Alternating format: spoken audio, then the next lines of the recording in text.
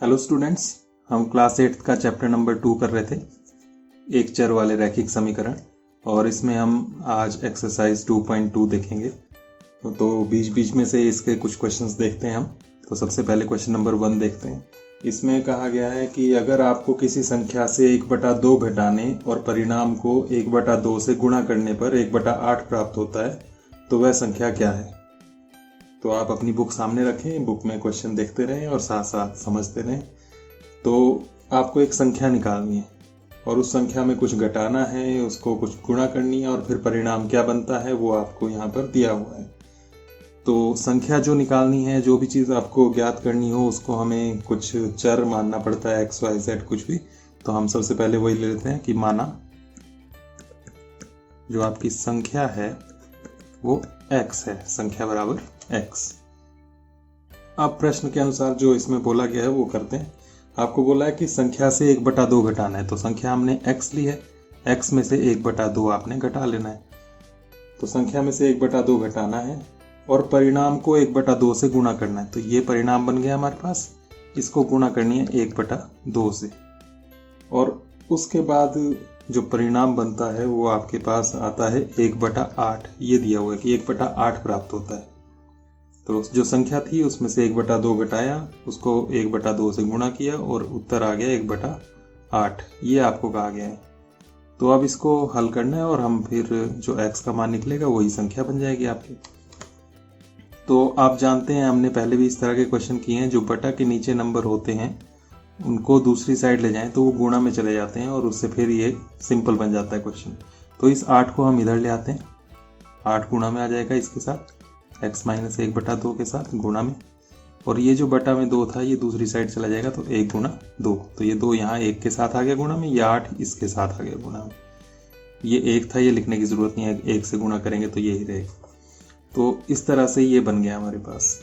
अब यहाँ से आप गुणा करें तो 8 को x से गुणा करेंगे तो 8x माइनस 8 को 1 से करनी है, 8 एकम 8/2 बराबर 1 गुणा 2, 2। 2 से 8 कट जाएगा, 2 एकम 2, 2 चौके 8। तो आपके पास आ गया 8x माइनस 4 बराबर 2। और यहाँ से आप इसको यहाँ से हटाएंगे क्योंकि सिर्फ चर हमने यहाँ रखना है। तो ये -4 दूसरी साइड जाएगा 2 और ये +4 बन जाएगा। इसके बाद इसी के नीचे आप करें इसको, तो 8x बराबर 2 + 4, ये बन गया 6। यहाँ से आ जाएगा x बराबर 6/8। ये गुणा में था, ये नीचे आ गया भाग में। तो इस तरह से आपके पास ये x बन गया। इसमें आप देख रहे हैं कि ये 2 के पहाड़े में आते हैं, 2 से कट सकते हैं, इसको सरलतम रूप में बना सकते हैं हम। 2 × 6, 2 चौके 8। तो आपके पास आ जाएगा x बराबर 3/4। ये x का मान आया, आपको निकालनी थी संख्या। तो इसके बाद लिखना है इसलिए संख्या बराबर x, और वो आ गया 3/4। ये आपका इसका आंसर बन जाएगा। तो ये 3/4 है वो संख्या जिसमें से 1/2 घटाएं और 1/2 गुणा करें तो 1/8 बनता है। करना चाहें तो आप करके देख सकते हैं इसको कि कैसे ये बनेगा। तो इसको अगर करना चाहें तो 3/4 आया आपके पास। चेक करने के लिए आप इस तरह से कर सकते हैं। आपको बोला था 1/2 घटाओ, 1/2 से गुणा करो। तो इसको गुणा करके फिर देखते हैं आंसर। आपको इन्होंने बुक में दिया था 1/8, ये बनता है कि नहीं बनता है। तो इनको आप जानते हैं कि एलसीएम लेना पड़ेगा। 4 और 2 का एलसीएम 4 आएगा। और उसके बाद आप करेंगे 4 से 4 को भाग, 1 आएगा, 1 से 3 को गुणा 3, माइनस फिर 2 से 4 को, 2 दूनी 4, 2 आया, 2 से 1 को 2 गुणा 1/2। 3 में से 2 घटाया 1/4 गुणा 1/2। 1 को 1 से गुणा 1, 4 को 2 से गुणा 8। तो आप देख रहे हैं कि यही आ गया जो हमारे पास बुक में दिया था। तो इस तरह से इसको सॉल्व करना है। ये सिर्फ चेक करने के लिए है, ये आपको फेयर नोटबुक में करने की ज़रूरत नहीं है। इसको आप रफली कर सकते हैं। इससे एग्जाम में जो क्वेश्चन आते हैं उनको आप चेक कर सकते हैं कि जो आपने सॉल्यूशन किया है, आंसर निकाला है, वो ठीक आया है या नहीं आया है। तो इस तरह से हमने इसको किया। कुछ और यहाँ सिंपल से क्वेश्चंस देखते हैं। क्वेश्चन नंबर 4 है यहाँ पर। इसमें दिया है 2 संख्याओं का योग 95 है। यदि एक संख्या दूसरी से 15 अधिक है तो दोनों संख्याएं ज्ञात कीजिए। यहाँ पर 2 संख्याएं निकालनी है। तो हम लिखेंगे माना पहली संख्या, पहली संख्या को हम x मान लेते हैं। अब दूसरी संख्या, तो दूसरी संख्या के लिए आपको यहाँ पर दिया है कि दो संख्याओं का योग 95 है और एक संख्या दूसरी से 15 अधिक है। तो 15 अधिक है, इसका इस्तेमाल अभी हम कर सकते हैं। एक संख्या ये है, दूसरी उससे 15 अधिक है, तो +15। अगर आपको बोला तो 15 कम है तो -15 करते हैं। तो इस तरह से हमने ये दोनों संख्याएं ले ली, पहली संख्या x, दूसरी x + 15, 15 अधिक। अब आपको कहा है दोनों संख्याओं का योग जो है वो 95 है, तो इन दोनों को जोड़ सकते हैं आप। पहली संख्या x, दूसरी संख्या है x + 15, दोनों को जोड़ना है, ये ध्यान रखना है, प्लस किया हमने ये, और जोड़कर आपको दिया हुआ है बुक में क्वेश्चन में ही कि ये 95 आता है, तो हमने बराबर लगाया 95। x + x + 15 बराबर 95, ये बना हमारा समीकरण। x में x जोड़ना है, 2x आ गया बराबर 95, और ये +15 यहाँ से हटाया हमने दूसरी साइड, -15। तो आपके पास आ गया 2x बराबर 95 - 15 80। यहाँ से आप x निकालेंगे, x बराबर 80/2, ये 2 गुणा में जो था वो भाग में जाएगा और 2 से ही कट जाएगा, 40 आ जाएगा। तो हमारे पास समीकरण का हल x बराबर 40 ये आ गया। लेकिन सिर्फ समीकरण का हल नहीं निकालना है, ये बात आपने ध्यान रखनी है। आपको 2 संख्याएं पूछी थी तो वो निकालनी है, तो इसी के नीचे आपने करना है। इसलिए पहली संख्या बराबर x थी ना पहली संख्या, और x आ गया आपके पास 40, तो ये आंसर बन गया। तथा दूसरी संख्या वो थी x + 15, ये x कितना है 40, x की जगह 40 + 15, 40 + 15 करेंगे आप 55। तो इस तरह से आपके पास ये 2 आंसर बनेंगे। दोनों संख्याएं आपके पास आ गई, एक संख्या 40 और दूसरी संख्या 55। इन दोनों को जोड़ें तो 95 भी बनता है, और एक संख्या दूसरी संख्या से 15 अधिक है, 40 से 15 अधिक है, ये 55। तो इस तरह से ये चेक भी हो रहा है हमारा कि हमारा आंसर बिल्कुल ठीक है। तो इस तरह से ये क्वेश्चन नंबर 4 था। नेक्स्ट क्वेश्चन नंबर 5 देखते हैं। इसमें आपको ये कहा गया है कि दो संख्याओं में अनुपात 5:3 है। तो इस तरह का अनुपात वाला क्वेश्चन पिछली वीडियो में भी हमने किया था। तो सिंपल होते हैं, जब भी आपके पास अनुपात दिया होता है तो उसी के साथ आपने x ले लेना होता है। तो 5x और 3x आपके पास संख्याएं बन जाएंगी। तो हम करेंगे इस क्वेश्चन को। तो यहाँ पर 2 संख्याएं आपको निकालनी है। तो माना वे संख्याएं, जो 2 संख्याएं आपके पास निकालनी हैं वो हैं 5x और 3x हैं। 5x और 3x, क्योंकि यहाँ पर 5:3 दिया था अनुपात इसका, उनमें अंतर 18 है। अब अंतर 18 है तो घटाना है, अंतर जानते हैं आप, घटाना होता है। तो 5x में से 3x घटाएंगे, बड़े में से छोटा, और बराबर लिखेंगे 18। ये दिया हुआ है बुक में। 5x - 3x किया 2x बराबर 18। ये ध्यान रखें, ये प्लस का बड़ा था, ये प्लस का ही आया है। तो यहाँ से x बराबर 18 और ये 2 जो था ये बटा 2 चला जाएगा। 2 से 18 कट गया 9, तो यहाँ पर आ गया x बराबर 9। ये x आया है, फिर से समीकरण का हल है ये 9। अब आपको संख्याएं निकालनी है, इसलिए पहली संख्या बराबर 5x, तो 5 गुणा x है 9, 9 × 5 = 45। और दूसरी संख्या,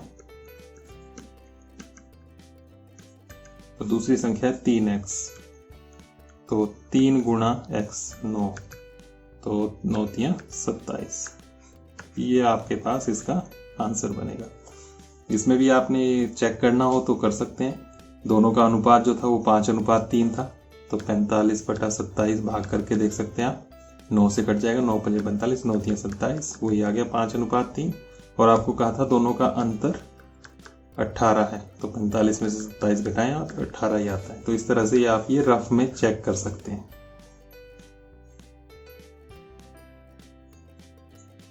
क्वेश्चन नंबर 6 देखते हैं। इसमें है 3 लगातार पूर्णांकों का योग 51 है, वो पूर्णांक ज्ञात करने हैं। 3 लगातार पूर्णांक हैं, 3 लगातार पूर्णांक। अब हमें ये मानने पड़ेंगे क्योंकि हमें दिए नहीं है कौन कौन से पूर्णांक। तो पहला हम x ले लेते हैं। तो अगला पूर्णांक क्या बनेगा, जैसे 2 हो तो अगला बनता है 3, 3 हो तो अगला बनता है 4, 4 के बाद बनता है 5, एक एक जुड़ता जाता है। तो पहला पूर्णांक आ गया x, तो अगला हो गया x+1 और उसके बाद नेक्स्ट हो गया, इसमें एक और जोड़ दो x+2। तो इस तरह से 3 लगातार पूर्णांक हमने ले लिए, x, x+1, x+2।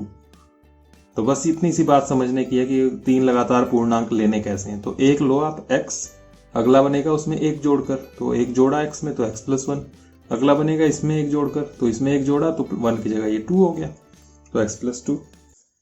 तो ये 3 लगातार हमारे पास पूर्णांक आ गए।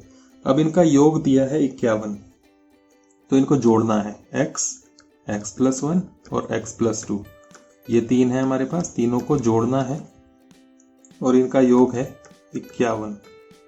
तो अब इसको हल करना है, यहाँ से x निकलेगा आपके पास। x कितनी बार है अब देख लो, x 1 2 3, 3x हो गए, ये सभी प्लस के हैं और ये प्लस का 1 और प्लस का 2, ये प्लस का 3 हो गया और बराबर है 51। यहाँ से 3x बराबर 51 और ये प्लस का 3 उधर गया -3। x बराबर 51 में से 3 घटाए आपने 48, यहाँ 3 भी था, x बराबर 48/3 आ जाएगा। इसको आपने काटना है, 3 एकम 3, ऊपर 3 एकम 3, यहाँ 4 था 1 बच गया, 18 बन गया, 6 थी 18। तो यहाँ से आपके पास आ जाएगा x बराबर 16। x 16 है तो मतलब है पहला जो पूर्णांक था वो 16 बन गया, उससे अगला 16 + 1 17 और 16 + 2 18। तो इसलिए 3 लगातार पूर्णांक बराबर क्या बन गए, 16, 17 और एक और जोड़ा 18। ये आंसर हो गया 16, 17, 18। तो अब आपने चेक करना हो इसको तो आप यहाँ से चेक कर सकते हैं। इसमें आपको यही कहा था कि 3 लगातार पूर्णांक होने चाहिए, तो तीनों लगातार पूर्णांक है और उसके बाद बोला था तीनों को जोड़कर 51 आना चाहिए। तो आप तीनों को जोड़कर देख सकते हैं, इनका योग 51 बन जाएगा।